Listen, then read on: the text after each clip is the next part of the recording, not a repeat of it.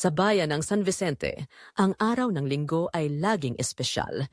Ang munting simbahan ay nagiging buhay, punong-puno ng tao, usapan at panalangin. Mula sa malalambing na boses ng choir hanggang sa tahimik na paghinga ng mga deboto, nararamdaman ang presensya ng Diyos. Sa gitna ng lahat ng ito, nakatayo si Padre Gabriel, nakasuot ng puting abito tulad ng isang haligi ng pananampalataya. Mga kapatid, panimula niya sa sermon, ang kanyang boses malalim at puno ng emosyon. Ang pagmamahal natin sa Diyos ay nasusukat hindi lamang sa ating mga salita, kundi sa ating mga gawa. Ang hamon sa atin ay manatiling tapat, kahit sa pinakamahirap na sandali. Ang kanyang mga salita ay parang hangin, malamig, ngunit nagbibigay init sa kaluluwa ng mga tao. Marami sa mga deboto ang nakikinig ng taimtim tulad ng laging ginagawa nila. Ngunit sa likod ng mga ngiti at palakpak, hindi nila alam ang bigat na dala ni Gabriel sa kanyang puso. Sa gabing iyon, sa kanyang maliit na silid sa kumbento, si Gabriel ay nakaupo sa isang simpleng kahoy na silya. Sa harapan niya ay ang kanyang lumang rosaryo. Ang bawat butil nito ay tila nagpapalabas ng kwento. Hinawakan niya ito ng mahigpit, parang kumakapit sa isang bagay na hindi niya maabot. Clara! Bulong niya sa dilim ang pangalan ng babaeng minahal niya noon. Mabilis nagbalik ang mga alaala, ang huling gabi nila bago siya pumasok sa seminaryo.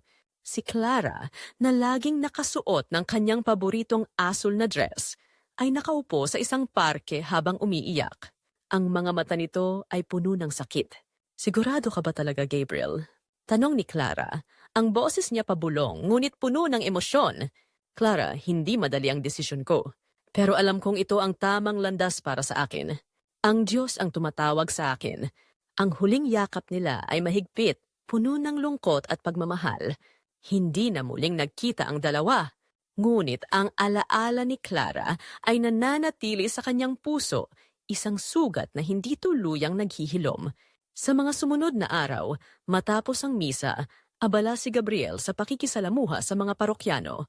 May mga nagpapabendisyon, may nagkukwento ng kanilang mga problema, at may mga nag-aabot ng pagkain bilang pasasalamat.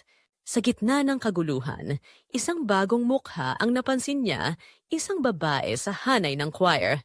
Ang babae ay payak ang itsura, ngunit may kakaibang liwanag sa kanyang mga mata. Siya ay si Joyce, ang bagong miyembro ng choir. Joyce ba ang pangalan mo? Tanong ni Gabriel. Ang boses niya malumanay ngunit may interes. Opo, Father. Kaka-join ko lang po sa choir. Baguhan po ako dito sa San Vicente. Sagot ni Joyce, halos hindi makatingin ng diretsyo. Mayroon siyang mahinhin at tahimik na kilos. Ngunit may kakaiba sa kanya na hindi maipaliwanag ni Gabriel. Ang kanyang maamo, ngunit malalim na mga mata ay tila nangungusap, parang may itinatagong kwento. Kinagabihan, bumalik si Gabriel sa simbahan matapos magsara ang kumbento. Sa harap ng altar, muli niyang hinawakan ang kanyang rosaryo. Ang malamig na marmol ng simbahan ay parang pumipisil sa kanyang pagkatao. Panginoon, bigyan mo ako ng lakas. Hindi madali ang landas na ito, ngunit ito ang pinili ko. Tulungan mo akong manatiling tapat sa iyo. Ngunit sa kabila ng taimtim niyang dasal, hindi niya maalis sa isipan ang imahe ni Joyce. Ang kanyang mga ngiti, ang kanyang maamong mukha, at ang paraan niyang tumingin na tila alam ang nilalaman ng puso ni Gabriel. Habang nagsisindi ng kandila, napansin ni Gabriel ang sariling pagkagulo. Sa unang pagkakataon, naramdaman niya ang isang bagay na matagal nang hindi niya nararamdaman. Isang pagkahumaling na hindi niya dapat maramdaman. Sa araw ng choir practice, naroon si Gabriel upang magbigay ng gabay. Habang kumakanta ang grupo, agad niyang narinig ang boses ni Joyce. Payak ngunit puno ng damdamin, parang isang awit na nanggagaling sa kaibuturan ng puso. Pinagmasdan niya si Joyce. Ang mga mata nito'y nakapikit habang umaawit. Ang kanyang makinis na mukha, mahahabang pilik mata, at banayad na kilos ay tila isang larawang kumikilos. Napako ang tingin ni Gabriel, ngunit agad ding nag-iwas ng tingin. Father, okay lang po ba ang kanta namin? Tanong ni Joyce. Lumapit ito nang hindi niya namamalayan. Oo naman. Maganda. Maganda ang boses mo, sagot ni Gabriel, bahagyang nauutal. Ngumiti si Joyce, isang ngiting hindi maalis sa isipan ni Gabriel. Napansin niya ang bahagyang pag-iwas nito ng tingin, tila ba may iniisip na hindi niya kayang ipahayag. Pagkatapos ng practice, naiwan si Gabriel sa loob ng simbahan. Umupo siya sa harap ng altar. Ang katahimikan ng paligid ay parang sumisigaw ng kanyang sariling iniisip. Bakit ganito, Panginoon? Bulong niya sa sarili, halos hindi marinig ng hangin. Ang mga alaala ni Clara ay bumalik, ngunit ngayon ay may kasamang bagong mukha, si Joyce. Habang tinitingnan niya ang imahe ng krus, naramdaman niya ang isang bigat na hindi niya maipaliwanag. Isang tanong ang paulit-ulit na pumapasok sa kanyang isipan. Kaya ko pa bang manatiling tapat? Habang naglalakad pa uwi, muli niyang nakita si Joyce sa gilid ng simbahan. Nagliligpit ito ng mga himbok, tahimik, ngunit may kakaibang liwanag sa kilos. Pinagmasdan niya ito, ang bawat galaw ay tila isang awit na hindi niya marinig, ngunit nararamdaman. Nang maramdaman ni Joyce ang kanyang tingin, tumingin ito pabalik at ngumiti. "Good night po, Father," sabi niya. Ang boses niya ay malambing at puno ng respeto. "Good night, Joyce," sagot ni Gabriel, ngunit sa loob-loob niya may panginginig sa kanyang boses. Pagbalik niya sa kumbento, muli niyang hinawakan ang rosaryo. Ngunit ngayong gabi, ang kanyang mga dasal ay parang nawawala sa himpapawid. Ang imahe ni Joyce ay nananatili sa kanyang isipan, parang isang tukso na hindi niya kayang iwasan. "Gabriel, magpakatatag ka," bulong niya sa sarili. Ngunit kahit siya ay hindi sigurado kung gaano katagal niyang kayang panindigan ang kanyang panata. Sa bayan ng San Vicente, tahimik ang gabi. Ang ilaw mula sa simbahan ay tila isang sinag ng pag-asa para sa mga deboto. Ngunit sa likod ng mga pader nito, may mga kwentong hindi sinasabi. Isa na rito ang kwento ng dalawang taong tila dinadala ng tadhana sa isang masalimuot na landas. Lumaki si Joyce sa bayan ng Santa Maria, isang lugar kung saan mabilis kumalat ang balita at tsismis. Mula pa noon, sanay na siyang gumamit ng kanyang kagandahan at alindog para makuha ang gusto niya. Kapag may gusto siya, palagi siyang nakukuha ng paraan. Isang mahinhing ngiti, isang malalim na tingin, o isang simpleng pagkilos na tila inosente ngunit puno ng implikasyon. Ngunit ang likas niyang charm ay nagdala rin ng problema. Sa Santa Maria, isang lalaking may nobya ang umibig sa kanya.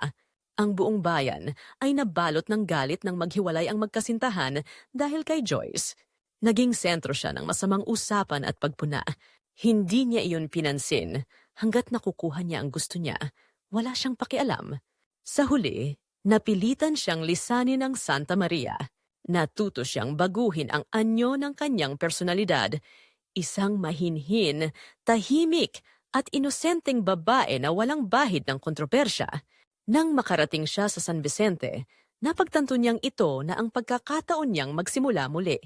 Ngunit, ang makita si Padre Gabriel, ang larawan ng kabanalan at disiplina, ay nagbigay sa kanya ng bagong hamon na hindi niya inaasahan. Sa mga unang araw niya sa choir, si Joyce ay naging halimbawa ng kasimplehan. Palagi siyang nakangiti ngunit hindi maingay. Paborito siya ng ibang miyembro ng choir dahil sa kanyang maayos na pakikitungo. Ngunit sa likod ng kanyang ngiti ay may plano. Siya kaya, bulong niya sa sarili habang tinitingnan si Padre Gabriel mula sa choir. Ang paraan nitong magbigay ng sermon, ang boses nitong malalim ngunit puno ng lambing, lahat ng iyon ay tila naakit sa kanya. Ngunit higit sa lahat, ang hamon na akitin ng isang pari ay nagdala ng kakaibang kasabikan sa kanya. Isang hapon, pagkatapos ng choir practice, naiwan si Joyce sa simbahan upang ayusin ang mga hymn book.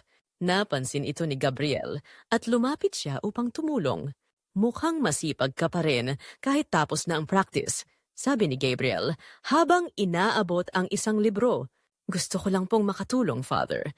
Parang mas maganda po kung maayos ang lahat para bukas," sagot ni Joyce. Nakangiti ngunit tila may bahagyang pilya sa kanyang tono. Habang nag-uusap sila, hindi maiwasang magbahagi si Gabriel tungkol sa kanyang buhay. Alam mo, Joyce, may mga pagkakataon na iniisip ko ang buhay bago ako pumasok sa seminaryo. May mga bagay akong iniwan, pero alam kong ito ang tamang landas. Hindi po ba kayo minsan natutokso, Father? Tanong ni Joyce, ang boses niya ay mababa at puno ng interes. Napahinto si Gabriel sa tanong na iyon. Lahat tayo ay natutokso. Ang mahalaga ay kung paano natin iyon nilalabanan. Sagot niya, pilit na inililihis ang usapan. Ngunit sa likod ng simpleng tanong ni Joyce, ramdam ni Gabriel ang bigat ng kanyang damdamin. Sa bawat usapan nila, nararamdaman niyang mas nagiging bukas siya sa kanya, isang bagay na hindi niya ginagawa sa iba. Habang tumatagal, naging mas mapangahas si Joyce sa kanyang kilos. Madalas niyang gamitin ang mga pagkakataon para lumapit kay Gabriel, kahit pa simpleng paraan lamang. Sa choir practice, sinisiguro niyang siya ang pinakamalapit kay Gabriel. Sinisiguro rin niyang maririnig nito ang kanyang malalambing na tawanan. Isang beses, habang nag-aabot ng mga gamit, sinadyang magtagal ni Joyce ang kanyang kamay sa kamay ni Gabriel. Ang simpleng kilos na iyon ay parang apoy na dumampi sa balat ni Gabriel. Hindi niya ito pinansin, ngunit ang init ng kamay ni Joyce ay nanatili sa kanyang isipan. Isang gabi, matapos ang choir practice, nanatili si Joyce sa simbahan. Ang simbahan ay tahimik. Ang ilaw ng mga kandila ay nagbigay ng kakaibang liwanag sa altar. Nakita siya ni Gabriel habang nag-aayos ng mga kandila at nilapitan siya nito. Hindi ka pa ba uuwi? Tanong ni Gabriel habang lumalapit sa kanya. Gusto ko lang pong siguraduhin na maayos ang lahat, Father. Gabi na po kasi kaya mas maganda na walang naiwan. Sagot ni Joyce, ang kanyang boses mahina ngunit puno ng lambing. Tumayo si Gabriel sa tabi ni Joyce, pinapanood ang kanyang maingat na kilos. Habang inaabot ni Joyce ang kandila, bahagya siyang sumandal sa harapan. Nagpapakita ng kanyang leeg na tila sinasadya upang mahuli ang liwanag ng mga kandila. Ramdam ni Gabriel ang init ng kanyang presensya. Ang ganda ng ginagawa mo, Joyce. Salamat, sabi ni Gabriel, pilit na iniwas ang tingin. Ngunit sa halip na umalis, lumapit si Joyce ng bahagya. Father, ang bait niyo po talaga. Minsan nakakalimutan kong pari pala kayo, ani Joyce. Ang kanyang boses ay puno ng isang pahiwatig na mahirap ipagwalang bahala. Nagulat si Gabriel. Ang sinabi ni Joyce ay simple, ngunit ang paraan ng pagkakabigkas nito ay tila isang kidlat na tumama sa kanyang puso. Habang naglalakad paalis si Joyce, ang kanyang pilyang ngiti ay nanatili at si Gabriel ay naiwan, hawak ang kandila. Ang kanyang puso ay bumilis ng tibok. Pagbalik ni Gabriel sa kumbento, hindi niya maialis sa isipan ang nangyari. Ang bawat kilos ni Joyce ay tila sinadya upang siya'y subukan. Ang kanyang dasal ay puno ng pakiusap, ngunit kahit anong gawin niya, ang imahe ni Joyce, ang kanyang mga mata, ang kanyang mga ngiti ay nananatili sa kanyang isipan. Panginoon, tulungan mo po ako, bulong niya. Ngunit kahit siya mismo ay hindi sigurado kung paano niya ito malalampasan. Ang gabi sa San Vicente ay tila mas madilim kaysa sa dati. Sa kabila ng ulan na nagsimula ng pumatak, ang simbahan ay nanatiling maliwanag. Ngunit sa loob nito, may nagbabadyang bagyo. Isang tukso na unti-unting lumalapit sa puntong hindi na kayang labanan. Simula nang mas maging malapit si Joyce kay Gabriel, naging mas matindi rin ang kanyang mga kilos upang makuha ang pansin ng pari. Ang kanyang kilos ay tila balanse sa pagitan ng inosente at mapanukso, na parang nagtatago ng lihim na intensyon sa bawat galaw. Sa choir practice, palagi siyang nakaupo sa pinakamalapit na lugar kay Gabriel. Ang kanyang mga matay palaging sumusunod sa bawat galaw nito. Sa mga pagkakataong magpapalit siya ng kanta, laging sinasadya niyang abutin ito mula kay Gabriel. Ang kanilang mga kamay ay laging nagtatagpo ng hindi sinasadya. Salamat po, Father, sabi ni Joyce isang araw pagkatapos ng practice. Habang inaabot niya ang mga papeles, sinadya niyang magtagal ang kanyang kamay sa kamay ng pari. Ramdam ni Gabriel ang bahagyang haplos ng kanyang mga daliri, ngunit pilit niya itong binaliwala. Ngunit sa loob-loob niya, naramdaman niya ang kakaibang pagkalito. Ang init ng kanyang palad ay nanatili sa kanyang isipan kahit matapos silang maghiwalay. Isang hapon, nagkaroon ng private meeting si Gabriel at Joyce upang pag-usapan ang nalalapit na piyesta ng simbahan. Sa maliit na opisina ni Gabriel, si Joyce ay nakaupo sa tapat niya. Ang kanyang mga kamay ay maingat na nakapatong sa lamesa habang nakikinig. Habang nagpapaliwanag si Gabriel, hindi maiwasang mapansin niya ang kakaibang itsura ni Joyce. Suot niya ang isang simpleng puting blouse at palda, ngunit ang hapit nito sa kanyang katawan ay nagbigay diin sa kanyang balingkinitang baywang. Sa kabila ng pagiging modest, ang kanyang presensya ay parang nag-uumapaw sa alindog. Joyce, ito ang mga kanta na napili ko para sa piyesta. Ano sa tingin mo? Tanong ni Gabriel. Pilit na ibinalik ang atensyon sa usapan. Maganda po ito, Father. Pero habang inaabot ni Joyce ang papel, sinadya niyang madampi ang braso ni Gabriel. Ang kanyang mga daliri ay bahagyang nagtagal.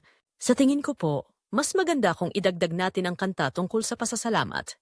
Nagulat si Gabriel sa pagdampi ng kanyang kamay. Tumigil siya ng sandali. Ang kanyang dibdib ay bumilis ang pintig. Ngunit bago pa man siya makapagsalita, ngumiti si Joyce. Isang ngiti na tila inosente, ngunit may pahiwatig na mahirap ipagsawalang bahala. Mukhang nagulat po kayo, Father. Pasensya na, sabi ni Joyce. Ang kanyang boses ay mahina at puno ng lambing. Tumango lamang si Gabriel, pilit na iniwas ang tingin. Ngunit kahit matapos umalis ni Joyce, nanatili sa kanyang isipan ang sandaling iyon. Bakit ganito ang nararamdaman ko? Tanong niya sa sarili. Kinagabihan, isang malakas na bagyo ang dumaan sa San Vicente. Ang ulan ay bumagsak ng malakas at ang hangin ay tila bumubulong ng mga lihim. Sa gitna ng gabing iyon, nagpasya si Gabriel na pumunta sa rectory upang magsindi ng mga kandila para sa misa kinabukasan. Habang nag-aayos siya ng mga kandila, narinig niya ang pagbukas ng pinto. Paglingon niya, nakita niya si Joyce, basang-basa ng ulan. Ang kanyang manipis na cardigan ay tumutulo ng tubig at ang kanyang buhok ay nakadikit sa kanyang mukha. Joyce, anong ginagawa mo dito? Delikado ang panahon. Tanong ni Gabriel, mabilis na nilapitan siya upang abutan ng tuwalya. Naisip ko pong tulungan kayo, Father. Mukhang marami pa kayong ginagawa, sagot ni Joyce. Ang kanyang boses ay mahina, ngunit puno ng lambing. Habang inaabot ang tuwalya, bahagyang napalapit si Joyce kay Gabriel. Ramdam niya ang init ng katawan nito kahit na siya'y basang-basa. Ang liwanag ng mga kandila ay nagbigay ng kakaibang liwanag sa paligid at ang bawat sandali ay tila naging mas mabigat. Hindi mo kailangang magtagal dito, Joyce. Umalis ka na bago lumakas ang bagyo, ani Gabriel. Ngunit ang boses niya ay tila nabawasan ng kumpiyansa. Ngunit imbes na sumunod, tumayo si Joyce ng mas malapit. Habang inaabot ang isang kandila, sinadya niyang idikit ang kanyang balikat kay Gabriel. Ang kanilang mga kamay ay muling nagtagpo at sa sandaling iyon, ramdam ni Gabriel ang kakaibang init na tila sumusunog sa kanyang damdamin. Pasensya na po, Father, sabi ni Joyce. Ngunit ang kanyang mga mata ay nakatingin ng diretso kay Gabriel. Sa bawat segundo, mas lumalapit ang kanilang mga mukha. Ramdam ni Gabriel ang init ng hininga ni Joyce at sa loob-loob niya, naramdaman niya ang pagkalito sa pagitan ng tama at mali. Sa isang iglap, halos magdikit ang kanilang mga labi. Ngunit bago pa man mangyari ang hindi dapat mangyari, umatras si Gabriel. Tumalikod siya. Ang kanyang mga kamay ay nanginginig habang pilit niyang binabalik ang kanyang composure. Hindi ito tama. Joyce, umalis ka na. Sabi niya, pilit na ibinalik ang lakas ng kanyang boses. Ngumiti si Joyce, ngunit ang ngiti niya ay puno ng misteryo. Tila alam niyang siya'y nanalo sa laban ng damdamin ni Gabriel. Tumalikod siya at dahan-dahang lumakad palabas ng rectory. Iniwang naguguluhan si Gabriel. Pagkatapos ng lahat, bumalik si Gabriel sa altar. Lumuhod siya, hawak ang kanyang rosaryo at nagdasal ng mas taimtim kaysa dati. Panginoon, tulungan mo ako. Huwag mong hayaan na mahulog ako sa tukso. Bulong niya, ang kanyang boses ay puno ng desperasyon. Ngunit kahit anong gawin niya, ang imahe ni Joyce ay nanatili sa kanyang isipan, ang kanyang mga mata, ang kanyang ngiti, at ang init ng kanyang presensya. Alam niyang ang laban na ito ay hindi basta matatapos. Sa dilim ng simbahan, naramdaman niyang hindi siya nag-iisa. Nang lingunin niya ang pintuan, nakita niya si Joyce, nakatayo sa malayo. Ang kanyang mga mata ay puno ng misteryo. Ang kanyang ekspresyon ay hindi mabasa, isang halo ng inosente at mapanukso, parang isang anghel na may lihim na layunin. Ang ulan ay tila musika sa katahimikan ng San Vicente. Ngunit sa loob ng rectory, isang kwento ng pagkakasala at pagnanasa ang isinusulat. Sa gabing ito, ang 2 taong nilamon ng tukso ay magpapasya ng kanilang kapalaran. Pagkatapos ng halos maghalikan sa rectory, si Gabriel ay bumalik sa kumbento, ang kanyang mga hakbang mabigat, ang puso niya'y magulo. Lumuhod siya sa harap ng altar, hawak ang kanyang rosaryo. Panginoon, bigyan mo ako ng lakas, huwag mo akong hayaang mahulog, bulong niya. Ngunit sa likod ng kanyang mga mata ay naroon ang mukha ni Joyce, ang kanyang mga ngiti at ang init ng kanyang presensya. Sa kabilang banda, si Joyce ay nakauwi sa kanyang kwarto. Basang-basa mula sa ulan, nakaupo siya sa gilid ng kama, ang manipis na cardigan nakasampay sa silya. Inaalala niya ang sandali nila ni Gabriel, ang paraan nitong tumingin sa kanya, ang paghinga nitong tila puno ng pag-aalinlangan at pagnanasa. Hindi pa tapos ang laban. Father, bulong niya sa sarili. Ang ngiti niya'y may halong tiwala sa sarili at pilyong intensyon. Kinabukasan, kahit malakas ang ulan, nagpunta si Joyce sa simbahan, nagdadala ng dahilan na tumulong para sa misa. Nakita niyang si Gabriel ay abala sa pag-aayos ng mga gamit sa rectory.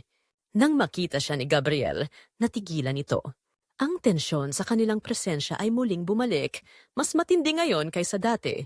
Joyce, hindi mo kailangang mag-abala. Masama ang panahon. Umalis ka na, sabi ni Gabriel. Ang boses niya'y malamig, ngunit nanginginig. Ayos lang po, Father. Gusto ko lang pong tumulong. Mukhang marami pa kayong ginagawa, sagot ni Joyce. Ang kanyang ngiti ay maamo, ngunit puno ng misteryo. Habang nag-aayos sila ng mga kandila, hindi maiwasan ni Gabriel na mapansin ang kakaibang aura kay Joyce. Ang kanyang simpleng damit ay tila bumagay ng husto sa kanyang balingkinitang katawan, at ang basang tela ay nagbigay diin palalo sa kanyang hugis. Father, minsan po ba hindi niyo naiisip na sumuko na lang? Tanong ni Joyce. Ang kanyang boses ay mahina ngunit puno ng pahiwatig. Lahat tayo napapagod, Joyce. Pero hindi tayo sumusuko dahil iyon ang tama, sagot ni Gabriel. Pilit na iniiwas ang kanyang tingin. Ngunit sa bawat hakbang ni Joyce, ang kanyang presensya ay parang apoy na lumalapit sa kandila. Biglang nag-brown out. Ang liwanag ng kandila ang tanging nagbibigay ng liwanag sa silid, at ang tunog ng ulan ay lalong nagbigay ng drama sa paligid. Habang inaabot ni Joyce ang isang kandila, nadulas siya at napahawak kay Gabriel. Pasensya na po, Father. Sabi ni Joyce, ang kanyang mga kamay ay nakapatong sa dibdib ni Gabriel. Sa sandaling iyon, ang kanilang mga mata ay nagtagpo. Ang init ng kamay ni Joyce ay tila sunog sa balat ni Gabriel. Hindi na siya makagalaw at sa isang iglap lumapit si Joyce ng mas malapit, ang kanilang mga mukha halos magtama. Father, bakit ba ang hirap labanan ng nararamdaman? Bulong ni Joyce. Ang kanyang mga labi ay bahagyang nakaawang. Hindi na napigilan ni Gabriel ang sarili. Hinawakan niya ang mukha ni Joyce at inilapit ang kanyang mga labi. Isang halik ang sumunod, puno ng init, pagkagutom at emosyon. Ang bawat haplos, bawat bulong at bawat halik ay parang apoy na sumusunog sa kanila. Joyce. Mali ito, bulong ni Gabriel habang sila'y magkalapit pa rin. Paano po magiging mali ang pagmamahal? Sagot ni Joyce, ang kanyang tinig ay mapanukso. Sa gabing iyon, tuluyang bumigay si Gabriel sa damdamin niya. Sa ilalim ng mahina at dramatikong liwanag ng mga kandila, ang gabi nila ay puno ng damdamin at pagnanasa. Habang nasa kainitan ng kanilang sandali, hindi nila napansin na sa labas ng bintana may isang anino na nagmamasid. Ang lalaking ito, isang matandang deboto ng simbahan, ay hawak ang kamera at tahimik na kinukunan ang bawat galaw nila. Hindi ko palalampasin to. Kailangan malaman ng bayan kung sino talaga ang pari nila. Bulong niya habang pinipindot ang kamera. Kinabukasan, ang buong bayan ng San Vicente ay nagising sa isang balitang sumabog ng parang bomba. Ang mga litrato ni na Gabriel at Joyce, mga stolen shots mula sa kanilang gabi sa rectory, ay nagsimulang kumalat sa komunidad. Hindi ko inaasahan ito mula kay Padre Gabriel. Sigaw ng isang matanda sa palengke. Si Joyce, ang bait-bait pa naman. Pero halata naman pala, sabi ng isa pang babae. Sa simbahan, si Gabriel ay hinarap ng mga elders. Ang kanilang mga mukha ay puno ng galit at pagkadismaya. Padre Gabriel, paano mo maipapaliwanag ang mga larawang ito? Tanong ng isang elder, itinataas ang mga litrato. Tahimik si Gabriel, ngunit sa wakas, nagsalita siya. Ako ang may kasalanan. Ako ang dapat sisihin. Ako ang dapat managot, sabi niya. Ang boses niya ay puno ng pagsisisi. Huwag ninyong idamay si Joyce. Ngunit bago pa man siya mapigilan, pumasok si Joyce sa silid. Ang kanyang mukha ay kalmado, ngunit ang kanyang mga mata ay puno ng tapang. Huwag niyo siyang sisihin ng siya lang. Ako rin ang may responsibilidad dito, sabi ni Joyce. Ang kanyang tinig ay matatag. Hindi ko ikinahihiya ang nangyari. Oo, nagkamali kami pero tao kami. Hindi kami perpekto. Tahimik ang mga elders. Ngunit ang ilan ay galit, habang ang iba ay tila napahanga sa tapang ni Joyce. Matapos ang mainit na pagtatalo, isang sulat mula sa diocese ang dumating kay Gabriel. Ang mensahe ay malinaw. Kailangan niyang humarap sa mga awtoridad upang ipaliwanag ang kanyang mga aksyon. Habang nag-i-impake si Gabriel ng kanyang mga gamit, nilapitan siya ni Joyce. Pasensya na, Father. Nadamay ka dahil sa akin, sabi ni Joyce. Ang kanyang boses ay puno ng lungkot. Hindi ikaw ang may kasalanan, Joyce.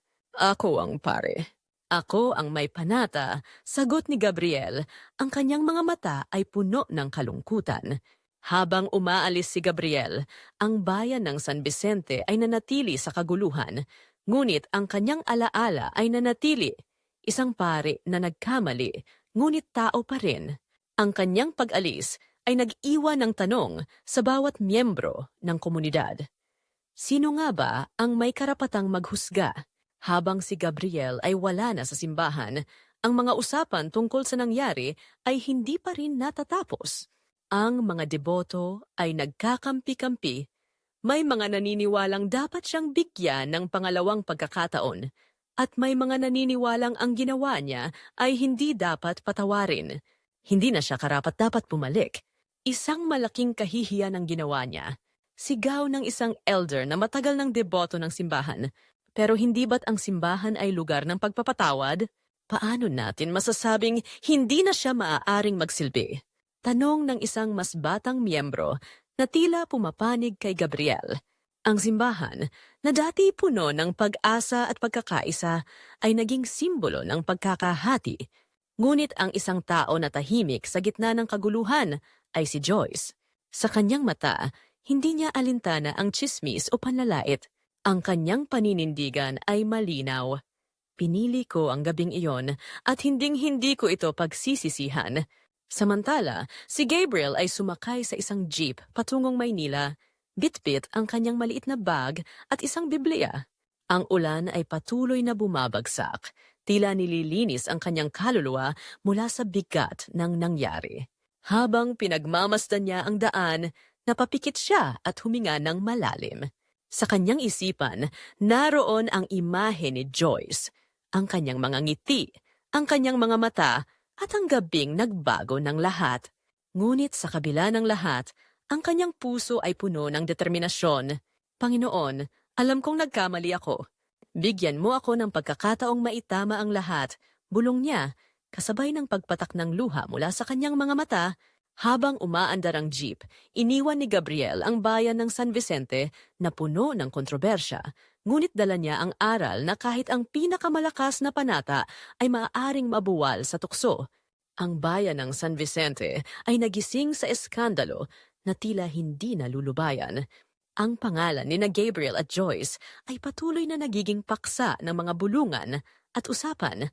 Ngunit sa huling kabanata ng kanilang kwento, Ang pag-ibig, kasalanan, at pagpapatawad ay magtatagpo upang bigyang linaw ang kanilang hinaharap.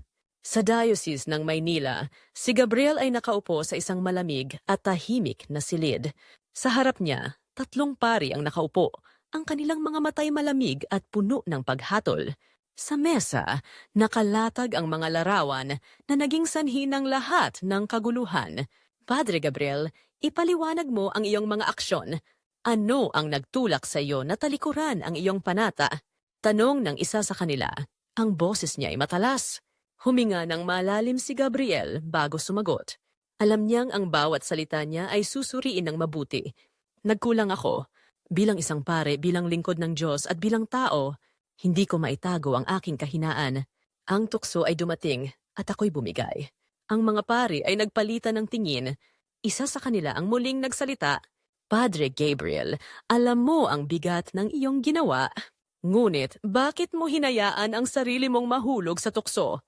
Ang tanong na yon ay parang palaso na tumama sa kanyang puso. Dahil sa kabila ng lahat ng pagsisikap kong labanan, ako ay nagmahal. Ngunit ngayon ko naintindihan na ang pagmamahal na yon ay hindi tama. Ako'y nagkamali at handa akong tanggapin ang anumang kaparusahan. Pagkatapos ng mahabang katahimikan, ang hatol ay ibinaba. Ikaw ay tatanggalan ng iyong panata bilang pari. Ngunit, ikaw ay pinapayagan pa ring maglingkod bilang isang ordinaryong miyembro ng simbahan kung iyon ang nais mo. Habang si Gabriel ay nasa Maynila, si Joyce naman ay nanatili sa San Vicente, hinarap ang galit at panlalait ng komunidad. Ang mga tao ay walang tigil sa paghusga sa kanya. Isang linggo, sa kalagitnaan ng misa, tumayo si Joyce mula sa likuran ng simbahan. Ang kanyang mga hakbang ay mabigat, ngunit puno ng tapang. Sa pagharap niya sa komunidad, ang kanyang mga mata ay nangungusap ng determinasyon. Alam kong marami sa inyo ang galit sa akin. Alam ko rin na marami ang tumuturing sa akin bilang dahilan ng lahat ng ito. Panimula niya, ang boses niya ay nanginginig, ngunit matatag. Ang mga tao ay tahimik na nakikinig, ang kanilang mga matay nakatuon sa kanya. Oo, nagkamali kami ni Gabriel. Pero sino sa inyo ang walang kasalanan? Sino sa inyo ang hindi nagkulang? Ang kanyang mga salita ay nag-iiwan ng bigat sa hangin.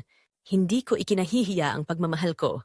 Dahil kahit sa gitna ng kasalanan, natutunan ko kung ano ang tunay na pagpapakumbaba. At kung ang Diyos ay nagpapatawad, bakit hindi natin magawang magpatawad sa isa't isa? Pagkatapos ng ilang linggo, bumalik si Gabriel sa San Vicente. Hindi na bilang pare, kundi bilang isang simpleng lingkod ng simbahan. Sa kanyang pagdating, nagtipon ang mga tao sa labas ng simbahan. Ang kanilang mga mukha ay puno ng iba't ibang emosyon, galit, pagkalito, at ilang may halong pangunawa. Pumunta si Gabriel sa harap ng altar, huminga ng malalim at nagsalita. Ako'y nagkamali. Ako'y nagkasala. Hindi ko maibabalik ang tiwala na nawala dahil sa akin. Ngunit narito ako ngayon upang magpakumbaba at magsimulang muli. Hinihiling ko ang inyong kapatawaran. Sa gitna ng mga tao, nakita niya si Joyce. Ang kanilang mga matay nagtagpo at sa sandaling iyon, alam nilang pareho na ang kanilang kwento ay malapit ng magtapos. Pagkatapos ng misa, si Joyce ay lumapit kay Gabriel. Sa isang tahimik na sulok ng simbahan, nag-usap sila ng walang takot sa mapanuring mga mata. Gabriel, salamat sa pagbabalik mo. Salamat sa pagtanggap ng lahat ng ito, sabi ni Joyce. Ang kanyang boses ay puno ng damdamin. Joyce, ikaw ang nagturo sa akin ng pagpapakumbaba. Hindi ko alam kung paano ko haharapin ang lahat ng ito kung wala ka. Sagot ni Gabriel, ang kanyang mga matay puno ng lungkot, ngunit may liwanag ng pagtanggap. Hindi ko pagsisisihan ang pagmamahal ko sa iyo, Gabriel. Pero alam kong kailangan nating maghiwalay, sabi ni Joyce. Ang kanyang boses ay nanginginig. At hindi ko rin pagsisisihan ang lahat ng nangyari. Sa kabila ng ating pagkakamali, natutunan ko kung ano ang tunay na pagmamahal, sagot ni Gabriel. Nagyakap sila ng mahigpit. Isang yakap na puno ng pasasalamat, pagpapatawad at paalam. Kinabukasan, si Joyce ay umalis sa San Vicente upang magsimula ng bagong buhay. Bago siya umalis, iniwan niya ang isang liham para kay Gabriel. Gabriel, salamat sa pagmamahal na nagbigay liwanag kahit sa pinakamadilim na sandali. Huwag mong kalimutang ang Diyos ay nasa puso ng bawat isa sa atin kahit tayo'y nagkakamali. Joyce, binasa ni Gabriel ang liham sa loob ng simbahan. Ang kanyang mga matay puno ng luha. Ngunit sa kabila ng sakit, naramdaman niya ang kapayapaan. Sa misa kinabukasan, isang matandang deboto ang tumayo at nagsalita sa harap ng komunidad. Marami akong nasabi laban kay Gabriel at Joyce. Pero sino nga ba tayo para humusga? Kung ang Diyos nga ay nagpapatawad, dapat tayo rin. Ang mga tao ay tumahimik at unti-unti nagsimula silang pumalakpak. Ang simbahan, na minsang puno ng alitan, ay muling napuno ng pagkakaisa. Ang kwento ni na Gabriel at Joyce ay nagpaalala sa komunidad na ang kasalanan at kabanalan ay magkasama sa bawat puso. Tayong lahat ay nagkakamali, ngunit sa bawat pagkakamali ay may pagkakataon para sa pagtanggap, pag-ibig at pagbabago. Ang tunay na kabanalan ay hindi sa pagiging perpekto, kundi sa pag-amin ng ating kahinaan at pagsisikap na bumangon muli. The End.